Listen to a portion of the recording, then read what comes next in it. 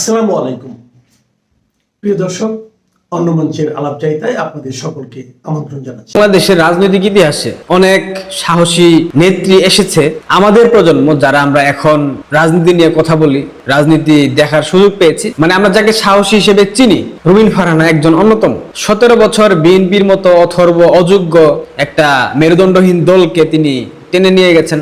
সামাজিক যোগাযোগ মাধ্যম, মেইন স্ট্রিম মিডিয়া, এইসব জায়গায় বিএনপিকে মূলত বাঁচিয়ে রেখেছিল রুমিন ফারহানা। এটা বিএনপি চাইলেও অস্বীকার করতে পারবে না। 5 আগস্ট পরবর্তী রুমিন ফারহানা বিএনপির বিভিন্ন অপকর্ম নিয়ে সমালোচনা করেছেন, সেটা আমরা দেখেছি। 5 আগস্টের পর যখন বিএনপি অনানুষ্ঠানিকভাবে ক্ষমতায়, তখন জনাব তারেক রহমান লন্ডনে ছিলেন। তার মা বেগম জিয়া অসুস্থ হলো, মৃত্যুবরণ করলো।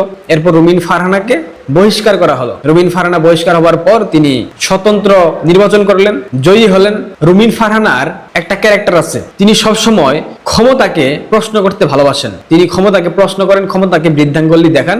এটা চমৎকার। যেটা সত্য সেটা সত্য বলতে হবে, যেটা মিথ্যা, যেটা অন্যায়, যেটা অনাচার, সেটাকে বলতে হবে, স্বীকার করতে হবে, সেটার প্রতিবাদ করতে হবে। তবেই সেটা সঠিক রাজনৈতিক ব্যক্তিত্বের বহিঃপ্রকাশ, সঠিক রাজনৈতিক ব্যক্তির চরিত্র, এমনটাই হওয়া উচিত। ব্যারিস্টার রুমিন ফারহানা বিগত কয়েকদিন থেকে বিভিন্ন বিষয় নিয়ে সমালোচনা করছেন। তাকে সংসদে তেমন একটা গুরুত্ব দেওয়া হচ্ছে না। আমি খুব ভালোভাবে লক্ষ্য করেছি, সংসদে ব্যারিস্টার রুমিন ফারহানা কোনো কথা বললে বিএনপির সাংসদ যারা আছে, স্পেশালি প্রধানমন্ত্রী জনাব তারেক রহমান অনেক অসন্তুষ্ট হন। তার চোখে মুখে একটা কেমন যেন ভয় ভীতি দেখা যায়, দেখেছি আমি। আপনারা একটু ভালোভাবে খেয়াল করবেন, ব্যারিস্টার রুমিন ফারহানা যখন সংসদে বক্তব্য দেয়, তখন এই ইন্টারফেল প্রধানমন্ত্রী, তার মুখের অবস্থা কেমন জানি একটা বিকৃত হয়ে যায়, কেমন জানি একটা কালো কালো ছায়া তার মুখের উপর চলে আসে। এটা ভয়ের কারণে, কারণ ব্যারিস্টার রুমিন ফারহানা তো তার অনেক কিছু জানেন। তাছাড়া রুমিন ফারহানা যেভাবে কথা বলেন, তার শিক্ষাগত যোগ্যতা, তার প্রজ্ঞা, সবকিছু মিলিয়ে বিএনপি অনেকটা ভয় থাকে। আপনারা বিশ্বাস করেন আর না করেন, ব্যারিস্টার রুমিন ফারহানাকে একদিকে রেখে পুরো বিএনপির ক্যাবিনেট যদি তার সাথে বিতর্ক করে, রুমিন ফারহানাকে হারাতে পারবে না। লিখে দিতে পারি আপনাদেরকে, এই কথা পারবে না হারাতে। কারণ বিএনপির যে ক্যাবিনেট, এখানে সব গান্ডু, সব মূর্খ, সব অশিক্ষিত দিয়ে ভরপুর। এদের শুধুমাত্র পুঁথিগত বিদ্যা আছে, কিন্তু বাস্তববাদী যে জ্ঞান, প্র্যাকটিক্যাল যে জ্ঞান থাকা প্রয়োজন, এগুলো এদের মধ্যে নাই। যেটা মূল প্রসঙ্গ, বাংলাদেশের সাথে মার্কিন যুক্তরাষ্ট্রের যে বাণিজ্য চুক্তি ডক্টর ইউনূস নির্বাচনের ঠিক কয়েকদিন পূর্বে করে গেছে, এই চুক্তি নিয়ে ব্যারিস্টার রুমিন ফারহানা সংসদে কথা বলার চেষ্টা করেছিলেন, কথা বলেছেন।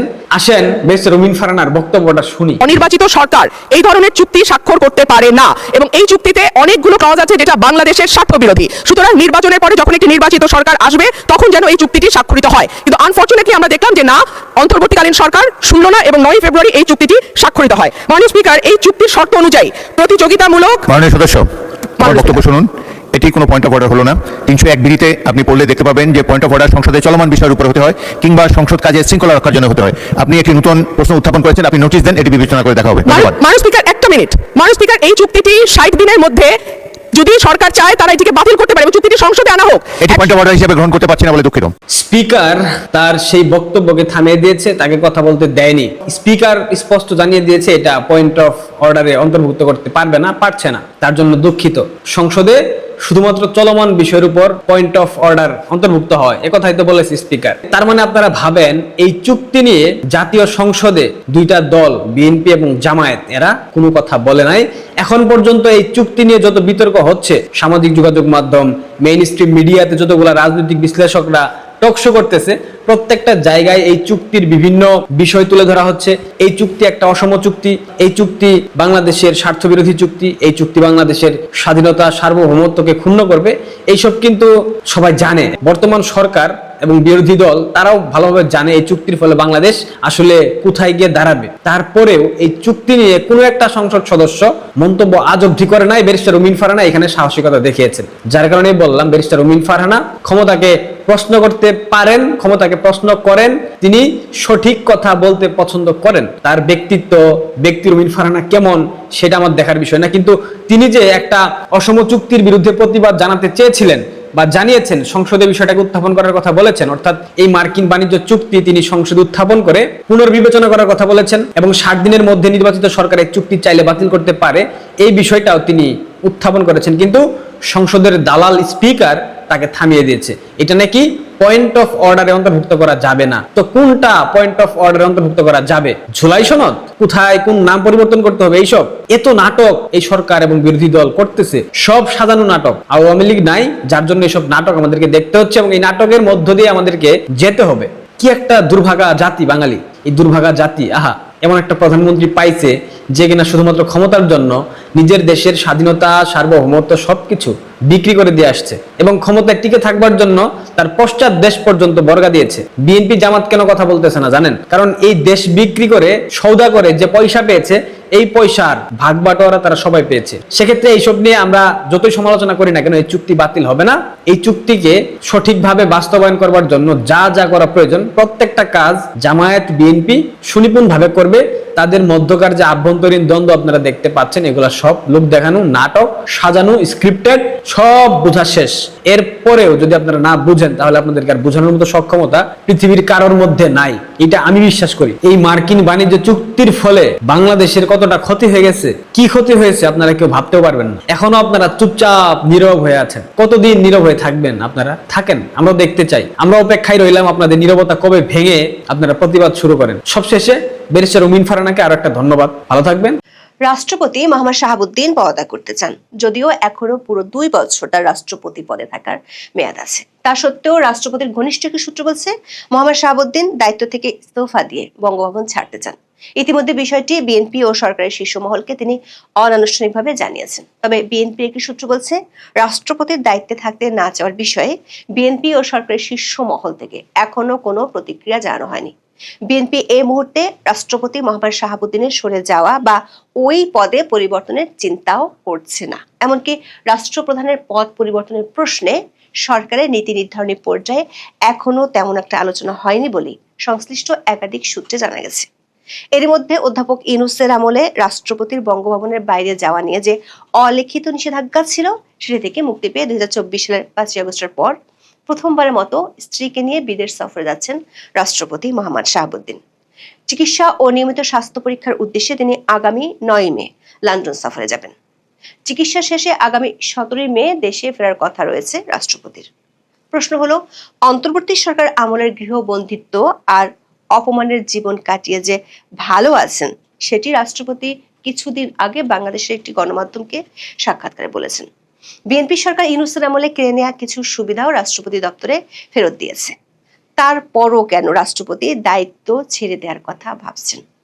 রাষ্ট্রপতির ঘনিষ্ঠ সূত্রে জানা গেছে, রাষ্ট্রপতির এই চলে যাওয়ার পেছনে 3টি কারণ কাজ করছে।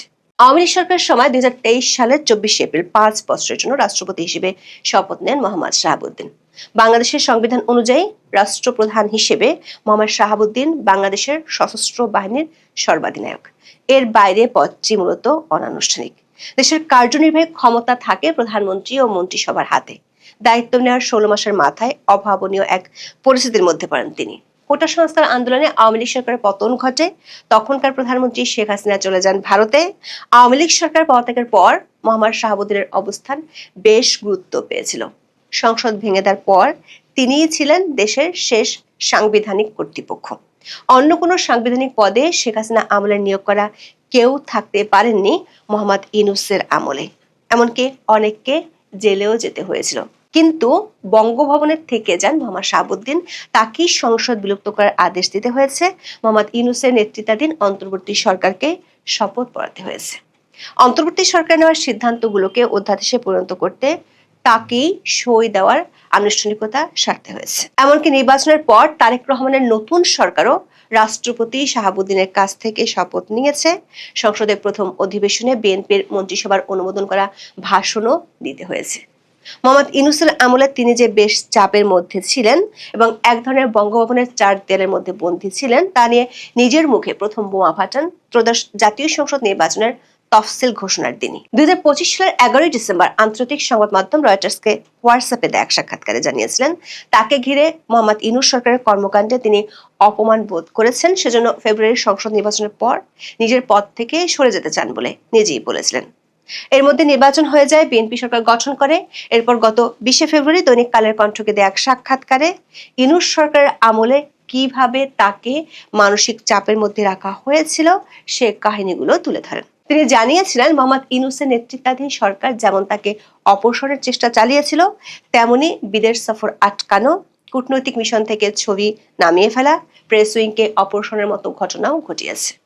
এর মধ্যে 12 ফেব্রুয়ারি অনুষ্ঠিত জাতীয় সংসদ নির্বাচনের বড় বিজয় নিয়ে বিএনপি সরকার গঠনের পর থেকেই রাষ্ট্রপতি পরিবর্তন প্রশ্নে নানা আলোচনা শুরু হয়েছিল বাংলাদেশের রাজনীতিতে। এমনকি বিএনপির কারা রাষ্ট্রপতি হতে পারেন এমন অনেক নাম দিয়ে খবরও প্রকাশিত হয়েছিল সংবাদ মাধ্যমে। সামাজিক মাধ্যমেও ছিল অনেক নাম নিয়ে আলোচনা। দলটির নেতা কর্মীদের অনেকে ধারণা করেছিলেন রাষ্ট্রপতি পদে পরিবর্তন আসতে পারে, যদিও নির্বাচিত রাষ্ট্রপতি হিসেবে তার মেয়াদ রয়েছে 2028 সালের এপ্রিল মাস পর্যন্ত। তবে এসব কিছু আলোচনার মধ্যেই সীমাবদ্ধ ছিল। রাষ্ট্রপতি মোহাম্মদ শাহাবুদ্দিন তার আগেই বলেছেন নির্বাচিত বিএনপি সরকার চাইলে তিনি সরে যাবেন। এক সাক্ষাৎকারে রাষ্ট্রপতি দাবি করেছিলেন তার দুঃসময়ে বিএনপির সহযোগিতা ছিল শতভাগ। বিএনপির পক্ষ থেকে মোহাম্মদ শাহাবুদ্দিনকে সরিয়ে দলীয় কোনো রাষ্ট্রপতি নির্বাচনের উদ্যোগ নিতে দেখা যায়নি। রাষ্ট্রপতির পক্ষ থেকে গণমাধ্যমে অন্তর্বর্তী সরকারের আমলে প্রেস উইং এবং কয়েক দফা বিদেশ সফর বাতিলের কথা জানানো হয়েছিল। গত 24 ফেব্রুয়ারি সরকার রাষ্ট্রপতির প্রেস সচিব হিসেবে আবারও সরার আলমকে নিয়োগ দেন। পরের মাসে উপ প্রেস সচিব এবং সহকারী প্রেস সচিবও নিয়োগ দেওয়া হয়। নিয়ম অনুযায়ী 12 মার্চ ত্রয়োদশ জাতীয় সংসদের প্রথম অধিবেশনের প্রথম দিনে রাষ্ট্রপতি ভাষণ দেন। তবে সেদিন জাতীয় সংসদে এক নজিরবিহীন ও উত্তপ্ত পরিস্থিতির সৃষ্টি হয়েছিল। রাষ্ট্রপতি মোহাম্মদ শাহাবুদ্দিন অধিবেশন কক্ষে প্রবেশ করার পরপরই বিরোধী দল জামাত ইসলাম এবং জাতীয় নাগরিক পার্টি এনসিপির সংসদ সদস্যরা দাঁড়িয়ে বিক্ষোভ দেখিয়েছিলেন। এমনকি এ সময় তাদের হাতে জুলাই গাদ্দার সংবলিত বিভিন্ন প্ল্যাকার্ড দেখা যায়। বিরোধী দলের এক সংসদ সদস্যকে রাষ্ট্রপতির ডায়াসের দিকেও তেড়ে যেতে দেখা গিয়েছিল। ওই দিন সংসদে সাংবাদিকদের কাছে জামাতের আমির ডাক্তার শফিকুর রহমান রাষ্ট্রপতির বিরুদ্ধে 3টি অভিযোগ তুলে ধরে পদত্যাগ দাবি করেন। এমনকি তিনি রাষ্ট্রপতিকে মিথ্যাবাদী বলেও মন্তব্য করেছিলেন। রাষ্ট্রপতির ঘনিষ্ঠ একাধিক সূত্র বলছে, এরপর থেকে রাষ্ট্রপতি মোহাম্মদ শাহাবুদ্দিন দায়িত্ব থেকে ইস্তফা দেওয়ার চিন্তা ভাবনা করছেন। অন্ততপক্ষে 2 বার বিএনপির শীর্ষ পর্যায়ের সাথে অনানুষ্ঠানিক আলোচনায় তিনি এমন ইচ্ছার কথা জানিয়েছেন। বঙ্গভবনের সূত্রগুলো বলছে 3টি কারণে তিনি দায়িত্ব থেকে সরে যেতে চান। একটি হলো ইউনূস আমলে বিদেশি মিশন ও দূতাবাস থেকে তার ছবি সরিয়ে ফেলা হয়েছিল। 2টি সাক্ষাৎকারে তিনি বিষয়টি নিয়ে অপমানিত বোধ করেছেন বলে জানিয়েছিলেন। সরকারের হাইকমান্ডের কাছে তিনি এই ব্যাপারে ব্যবস্থা নেয়ার অনুরোধ করেছিলেন, কারণ আইনি বাধ্যবাধকতা নয়, প্রেসিডেন্ট হিসেবে রাষ্ট্রপতির ছবি বিদেশি মিশন ও দূতাবাসগুলোতে থাকে, কিন্তু এটি নিয়ে এখনো পর্যন্ত কোনো ব্যবস্থা নেয়নি বিএনপি। অবশ্য ইউনূসের আমলে রাষ্ট্রপতির বিদেশ যাওয়ার উপর যে অদৃশ্য নিষেধাজ্ঞা ছিল সেটি থেকে মুক্তি মিলছে তার। 2024 সালের 5 আগস্টের পর প্রথমবারের মতো দেশের বাইরে সফরে যাচ্ছেন তিনি। 76 বছর বয়সী রাষ্ট্রপতি মোহাম্মদ শাহাবুদ্দিনের সঙ্গে এই সফরে থাকছেন তার সহধর্মিণী ডক্টর রেবেকা সুলতান এবং ব্যক্তিগত চিকিৎসক সহ 4 সদস্যের একটি প্রতিনিধি দল। 9 মে বাংলাদেশ থেকে লন্ডনে যাবেন, যেখানে একটি বিশেষায়িত হাসপাতালে তার প্রয়োজনীয় স্বাস্থ্য পরীক্ষা ও চিকিৎসা হবে। আগামী 17 মে তার দেশে ফেরার সম্ভাবনা রয়েছে। 1975 সালের প্রেসিডেন্টস রিমিনারেশন অ্যান্ড প্রিভিলেজ অ্যাক্টের 12 নম্বর অনুচ্ছেদ অনুযায়ী প্রেসিডেন্ট নিজের ছুটি নিজেই মঞ্জুর করেন। স্বাস্থ্য বা ব্যক্তিগত কারণে তিনি সর্বোচ্চ 4 মাসের ছুটিতে থাকতে পারেন। তবে ছুটিতে যাওয়ার আগে সেটি অবশ্যই জাতীয় সংসদের স্পিকারকে জানাতে হয়। রাষ্ট্রপতির কার্যালয় থেকে জানা গেছে ইতিমধ্যে এ বিষয়ে প্রক্রিয়া শেষ করা হয়েছে। দর্শক, প্রায় 2 বছর পর চিকিৎসা সেবা নিতে বিদেশ যাচ্ছেন তিনি। 2023 সালের অক্টোবরে সিঙ্গাপুরে রাষ্ট্রপতির কার্ডিয়াক বাইপাস সার্জারি হয়েছিল। এরপর 2024 সালের মার্চ মাসে তিনি দুবাই হয়ে লন্ডনে স্বাস্থ্য পরীক্ষা করাতে যান এবং সেখান থেকে ফিরে আসেন। এরপর আর তিনি চিকিৎসা নিতে বা নিয়মিত চেক আপ করাতে দেশের বাইরে যাননি। বলা ভালো, যেতে পারেন। ইউনূস সরকার আমলে চিকিৎসার জন্য বিদেশ যাওয়ার অনুমতি চাইলেও তা পাননি। তখন ইউনূসের দপ্তর থেকে বলা হয়েছিল যদি প্রয়োজন হয় বিদেশ থেকে চিকিৎসক আনার ব্যবস্থা করবেন, তবু বিদেশে যাওয়া যাবে না। লন্ডনের কেমব্রিজ পার্কওয়ে হাসপাতাল সহ বিদেশে চিকিৎসার অ্যাপয়েন্টমেন্ট থাকা সত্ত্বেও তাকে যেতে দেওয়া হয়নি। এটিকে তিনি মানসিক পীড়ন ও রাজনৈতিক উদ্দেশ্য পরিণত বলে মন্তব্য করেছিলেন। দর্শক, রাষ্ট্রপতি যে পদত্যাগ করতে চান তার পিছনে রাষ্ট্রপতির ঘনিষ্ঠ সূত্রগুলো দ্বিতীয় কারণ হিসেবে যা বলছে সেটি হলো অন্তর্বর্তী সরকারের আমলে ব্যাপক চাপের কারণে অনিচ্ছা থাকা সত্ত্বেও অনেক অধ্যাদেশে রাষ্ট্রপতিকে স্বাক্ষর দিতে হয়েছিল। এমনকি কিছু অধ্যাদেশ নিয়ে তিনি ওই সময় আপত্তি জানানো সত্ত্বেও ইউনূস সরকার সেগুলো জারি করেছিল। কিন্তু বিএনপি সরকার এর মধ্যে কিছু অধ্যাদেশ সংসদে পাশ করেছে যেগুলো নিয়ে রাষ্ট্রপতি আগেই আপত্তি জানিয়েছিলেন। সংবিধানের 80 অনুচ্ছেদ অনুযায়ী সংসদে কোনো বিল গৃহীত হলে সম্মতির জন্য তা রাষ্ট্রপতির নিকট পাঠাতে হয়। রাষ্ট্রপতির কাছে পাঠানোর 15 দিনের মধ্যে তিনি তাতে সম্মতি দিবেন, কিংবা অর্থ বিল ছাড়া অন্য কোনো বিলের ক্ষেত্রে বিল বা তার কোনো অংশ পুনর্বিবেচনার অনুরোধ রাষ্ট্রপতি করতে পারেন। যদি তা করেন তাহলে সেটি আবার সংসদে তুলতে হয়। তবে সাংবিধানিক প্রক্রিয়াটি সরকার পক্ষ না চাইলে অনুসরণ করার সুযোগ খুবই কম। রাষ্ট্রপতির ঘনিষ্ঠজনরা বলছেন, বিরোধী দলের পক্ষ থেকে জাতীয় সংসদের সাংবিধানিক সর্বোচ্চ পদে আসীন ব্যক্তি সম্পর্কে যেভাবে বাজে মন্তব্য করা হচ্ছে তাতে তিনি অসন্তুষ্ট। সবশেষ 30 এপ্রিল সংসদে দাঁড়িয়ে রাষ্ট্রপতি মোহাম্মদ শাহাবুদ্দিনকে অপসারণ ও গ্রেপ্তারের দাবি জানিয়েছেন বিরোধী দলীয় চিফ হুইপ নাহিদ ইসলাম। রাষ্ট্রপতির দপ্তরে একজন কর্মকর্তা বলেছেন, নাহিদ ইসলামের সংবিধান বিষয়ে ন্যূনতম জ্ঞান থাকলে তিনি রাষ্ট্রপতিকে গ্রেপ্তারের কথা সংসদে বলতে পারেন না। কারণ সংবিধানের 51 1 ও 2 অনুচ্ছেদে রাষ্ট্রপতিকে তার কাজের জন্য ইনডেমনিটি দেওয়া আছে। এই ইনডেমনিটি এমন যেটির কারণে রাষ্ট্রপতিকে তার কাজের জন্য তার বিরুদ্ধে কোনো আদালতে কোনো প্রকার ফৌজদারি মামলা করা যায় না, এমনকি তার গ্রেপ্তার বা কারাবাসের জন্য কোনো আদালত থেকে পরোয়ানা জারি করা যায় না। এই 3টি কারণে রাষ্ট্রপতি এরই মধ্যে বিএনপির হাইকমান্ডকে তার সরে যাওয়ার বার্তা দিয়েছেন। যদিও বিএনপির একটি সূত্র বলছে, রাষ্ট্রপতির দায়িত্বে থাকতে না চাওয়ার বিষয়ে বিএনপি ও সরকারের শীর্ষ মহল থেকে এখনো কোনো প্রতিক্রিয়া জানানো হয়নি। এর মধ্যে চিকিৎসার জন্য রাষ্ট্রপতির বিদেশ যাওয়ার প্রক্রিয়া প্রায় শেষ হয়ে গেছে। বিদেশ থেকে ফেরার পর হয়তো বিষয়টি নিয়ে আনুষ্ঠানিকভাবে আলোচনা হতে পারে, এমন একটি ইঙ্গিত পাওয়া গেছে বঙ্গভবন থেকে।